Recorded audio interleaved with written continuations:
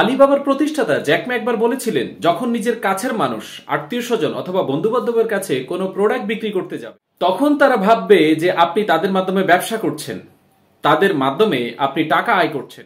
যত কম টাকাতেই আপনি বিক্রি করেন না কেন, খুব কম মানুষই আপনাকে অ্যাপ্রিসিয়েট করবে। কিছু কিছু মানুষ সবসময় থাকবে যারা আপনার খরচ, সময়, টাইম কখনোই অ্যাফোর্ড করতে পারবে না, পাশাপাশি আপনাকে পরোয়াও করবে না। তারা বরং অন্যকে টাকা দিতে এবং অন্যের কাছে ধোঁকা খেতে দ্বিধা করবে না। তারপরেও আপনার কাছ থেকে কোনো কিছু কিনতে তাদের বাধবে, কারণ তাদের মাথায় সবসময় এটা কাজ করে যে ও আসলে আমার কাছে বিক্রি করে কত টাকা আয় করলো, বরং এইটা ভাববে না যে ওর কাছ থেকে কিনে আমার কত টাকা সেভ হলো।